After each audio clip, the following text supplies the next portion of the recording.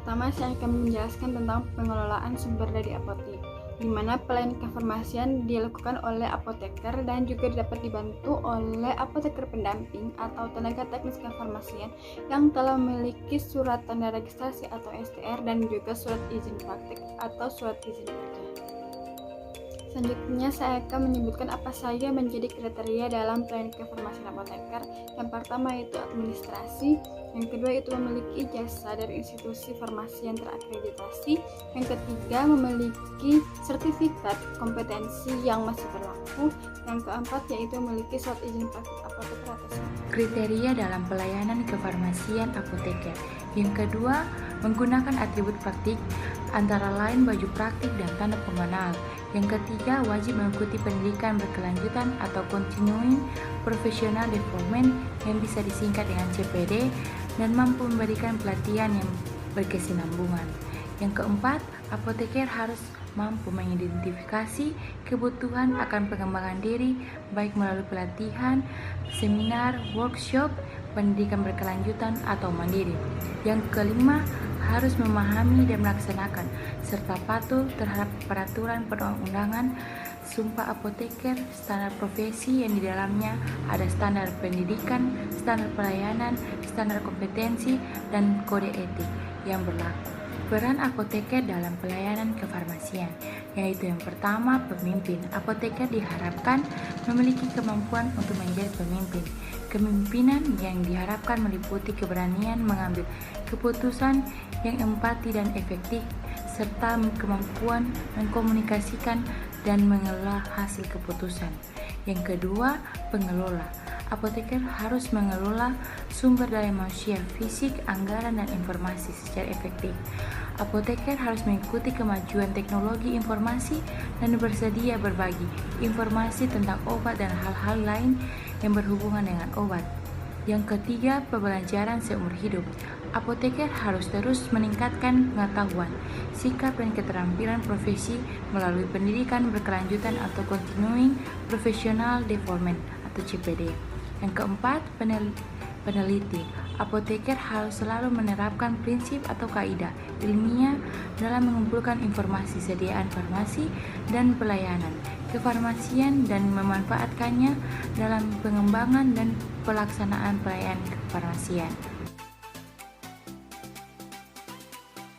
Merespon kondisi pasar yang semakin positif dan dampak-dampaknya, perusahaan atau badan usaha harus selalu mengubah strategi dalam pemasaran. Tidak terkecuali upaya yang dilakukan apotek. Sehubung dengan itu, maka perlu dianalisis faktor apa saja yang mempengaruhi konsumen dalam mengambil keputusan membeli obat di apotek. Strategi pengembangan apotek ada 3. Yang pertama ada lokasi. Pemilihan lokasi dilihat dari lingkungan di mana kita akan mendirikan apotek tersebut. Hal ini terkait dengan peluang-peluang yang ada. Salah satunya, di lingkungan tersebut belum berdirinya apotek serta dilihat dari epidemiologi penyakit yang kemungkinan berkembang di daerah tersebut. Yang kedua, SDM. Dalam SDM ini ada yang namanya yang pertama pelayanan sebagai apotek atau apoteker. Yang kedua adalah senyum sapa dan yang ketiga ada monitoring pasien. Yang ketiga ada evaluasi. Evaluasi ini sangat penting karena dengan penilaian terhadap strategi-strategi yang telah diterapkan dapat terlihat pencapaian dari strategi tersebut. Jika tujuan dari strategi tersebut tidak tercapai, maka perlu strategi baru. Namun, jika tujuan strategi telah tercapai, tidak boleh hanya terpaku pada strategi itu saja, tapi perlu inovasi yang baru. Salah selanjutnya adalah strategi pengembangan apotek.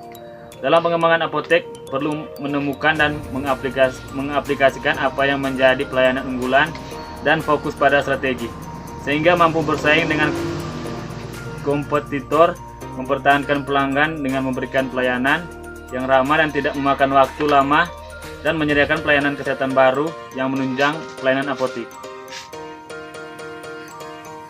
Critical success factor yang dapat dilakukan untuk pengembangan apotek adalah: yang pertama, memberikan pelayanan prima. Yang kedua, tingkatkan penampilan apotek. Yang ketiga, dalam jangka panjang dapat menambahkan pelayanan yang diberikan. Selanjutnya, strategi pengembangan apotek Yang pertama, strategi level korporat. Yang pertama adalah pertumbuhan. Strategi untuk mencapai pertumbuhan vertikal. Contoh, berkembang menjadi distributor obat.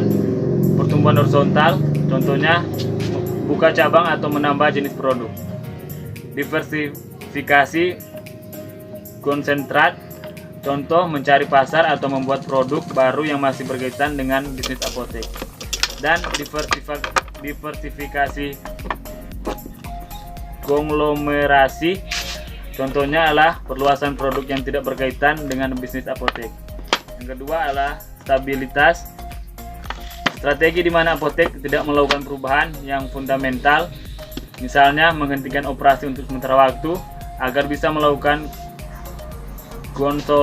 konsolidasi sumber daya, atau memutuskan tidak melakukan hal baru sama sekali.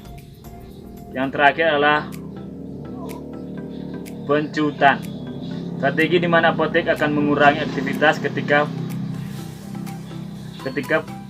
performa sedang turun. Strategi level bisnis. Strategi ini terdapat 3 bagian. Yang pertama, cost leadership, diferensiasi, dan niche market. Cost leadership, di mana strategi ini menerapkan harga apotik serendah-rendahnya, namun sesuai dengan kondisi pasar dan ekonomi. Diferensiasi adalah strategi di mana apotik bisa memberikan nilai non-harga kepada pelanggan. Market adalah apotik yang hanya melayani penyakit tertentu seperti diabetes atau hipertensi. Dan apotik ini menyediakan obat-obatan selengkap-lengkapnya untuk penyakit tersebut. Strategi level fungsional. Strategi ini dibuat untuk bertujuan mengimplementasikan strategi level korporat dan level bisnis, dan untuk membantu tercapainya tujuan di tingkat korporat atau bisnis. Ini meliputi strategi pemasaran, strategi keuangan, strategi pembelian, sumber daya manusia, dan sebagainya.